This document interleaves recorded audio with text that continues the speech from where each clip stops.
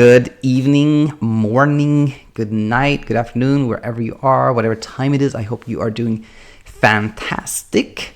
This is episode pod 19, which is a follow-up to episode pod 18, where we talked to Richard, and that episode was titled CBTi for Beginners. So that was again about 7 days ago, and initially I didn't hear from Richard, I should say, and I was a little bit discouraged. I felt like, oh no, maybe he was a little bit more, in this kind of like place of hopelessness, and like he didn't really have it in him to like try the things that we talked about him potentially trying. Then I was really, really happy 2 days ago when I got a reply from Richard. So if you want some background, then listen into episode pod 18 before this one. But briefly, Richard's had trouble sleeping for many years, taking sleeping pills for five years, and he had tried this app called Sleepio, hadn't really helped him. So that's the background. Then I made an episode which is basically just like a great like basic CBTi overview, and then I got this reply 2 days ago. So let's read it and go from there. Hi Daniel, thanks for such a quick and thorough response. I listened to the podcast twice and it was very enlightening. I'm so grateful to you for your time, kind words of encouragement, and expert targeted advice.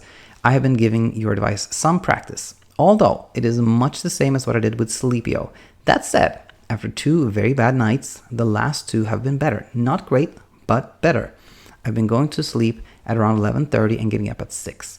I am extremely exhausted going to bed, read for a bit, as is my ritual, and fall asleep fast. For the past 2 nights, I wake up at least 2 or 3 times, but fall back asleep fairly quickly. I wake extremely sleepy, and I'm super tired and brain foggy all day. I'll keep giving this a try for the future, not that I have much choice, as I really don't want to take anything if I can. You mentioned that, like a cough, insomniacs like to take something for our problem because we believe that we have something that needs treatment, like a pill, which definitely describes me. But since we all have the innate ability to sleep, we need to work on our brain to relax, not stress or obsess about our problem. Practice good sleep hygiene and work on sleep efficiency through sleep restriction. I hear that, and I will practice, but, and I know this is probably part of my insomnia pathology in that I think I have something unique. My problem isn't in falling asleep, it's in staying asleep and getting good quality rest. So I'm not sure that I totally buy into the strategy that sleep restriction will be my solution. My experience has been that no matter how tired I am, I haven't had trouble falling asleep, but I seem to get a second wind after the initial 2 or so hours. I then wake and then the trouble begins. At least that has been my experience, and I worry that while sleep restriction will help me sleep, albeit 2 few hours, leaving me super tired, it won't or doesn't seem to do anything for whatever leaves me wakeful after that initial period of sleep. On and off all night if and when I eventually try to sleep enough to actually get the rest I need.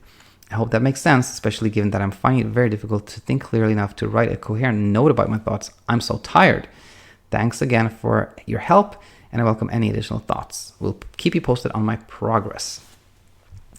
Overall, as I was reading this, I want to say I'm actually super encouraged because you've only been doing this for a week, and there's already some encouraging signs.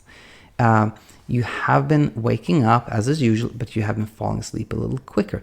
And that sign, like I fall asleep a little bit faster, is a very common one that I hear a lot from people that are just starting trying CBTi. And I think the important thing is that like the little green sprouts, the little encouraging signs are the things that you should play up. That gives you a foothold on which like you just kind of continue your journey. It's easy. It's always easy. It's like by default, we humans tend to look at the negative or the things that are potentially threatening or like things like that. But just focus on those positive things. That was like one of the things that immediately came to my mind as I was reading this email. And there's much more to talk about. I think firstly, it's funny. Like what I've been talking about is like the strategies, etc., are probably the same as with that app Sleepio. But I think what people need when it comes to overcoming or getting past insomnia is not only like the cut and dry advice, but it's also the cognitive part of it, like understanding what insomnia is, and support and guidance and accountability, like, somebody that checks in, make sure you're doing it, etc. All those things are super important, and you can't really get that from just an app. So that might be why you're doing this, or at all, and also why you're like seeing some improvement. Now let's go back to a part that I thought we could talk a little bit about. You said here, since we all have the innate ability to sleep, we need to work on our brains to relax, not stress or obsess, practice good sleep hygiene. Sleep hygiene is tricky. Like sleep hygiene involves things like, keeping the bedroom dark, cool, quiet, don't eat too much before you go to bed, don't exercise just before you skip coffee, things like that. And studies show that it actually doesn't have any impact on insomnia. And then some people say, well, it doesn't, but it's still good to do it. And I'm more personally, I feel more like sleep hygiene isn't really important at all. Like, in fact, it can distract you. Like you start thinking that it's you still have too much noise, you still have too much light. That's the reason you can't sleep, and it distracts you from just, it actually brings attention to sleep instead of, you focusing on other things. And, the less attention sleep gets, the better things go. So, I wouldn't encourage anyone to be like very diligent about sleep hygiene. Now, I was also super encouraged by reading that, your insight here, that you say, yes, I know it's part of my insomnia pathology, but I think I'm a little bit different in terms of like, I fall asleep easily, but then I have the second wind, I have trouble staying asleep. It's funny because the episode, I think it was 16 or 17, like episode pod 16 or 17, I called sleep maintenance insomnia, and it was somebody with virtually the same type of question, like, I don't have a problem falling asleep, my problem is staying asleep, etc. And yeah, I want to spend some time here. One of the things that I've thought about a lot lately is why so many people that I interact with seem to go to length trying to find a reason why CBTi is not going to work for them. And also a lot of people feel like their situation is kind of unique. And I think I figured that one out. It's because, you're trying to solve a problem, and a good problem-solving strategy is typically trial and error. You try something, it doesn't work, let's try this other thing.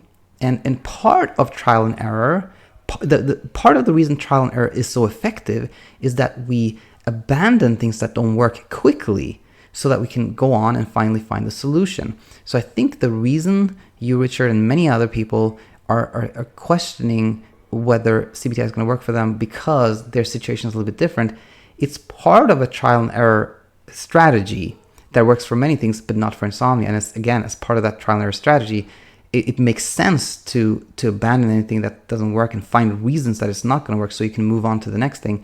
But when it comes to insomnia, it is not helpful because CBT works. It does work, and abandoning it is not in your best interest. And I've seen so many patients in clinic and that I've interacted with on the channel here that have sleep maintenance issues, and CBT works great for that.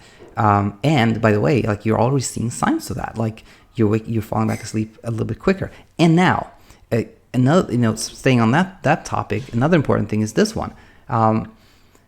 Everyone wakes up. Like, people that sleep fantastic, they also wake up. If you study them, you know that they wake up, but they don't remember it because they fall back asleep quickly. Now, here's why that's so important. For several reasons, actually. One is that when you talk to somebody that has no problem sleeping, they'll say, no, I don't wake up at all. I sleep the whole night. That's not true. They do wake up, but they just don't remember it. So you can develop like what I call sleep envy, which makes you feel like you're really off, and that's not good. But another thing is when people wake up one time and one or two times and stay awake for a long time, or wake up multiple times, then oftentimes the focus becomes, how can I prevent myself from waking up? How can I keep myself from waking up?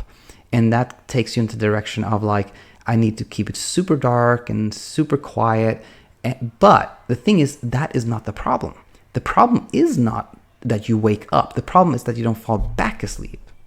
And that the falling back asleep portion, that CBTi will help with that. So I thought that I really just want to comment on that part as well.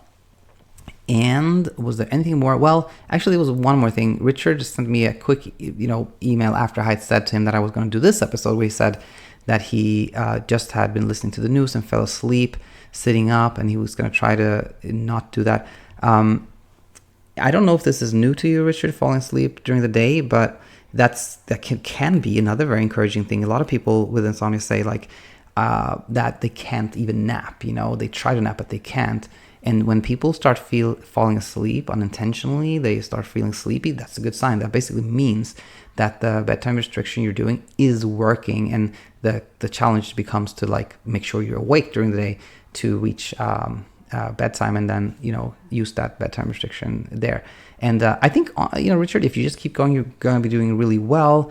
I have a feeling that you might not even need what I call the second part of CBT, which is really, really trying to move attention away from sleep and just focusing on doing something fun every day, and that is really important for a lot of people. But in your case, Richard, I don't even know if you need that part. So I believe that if you just keep on going, you are going to see more and more subtle, encouraging things. And when you do, really play them up, tell somebody about them, oh, I'm doing a little bit better. That becomes an affirmation, that builds your sleep confidence.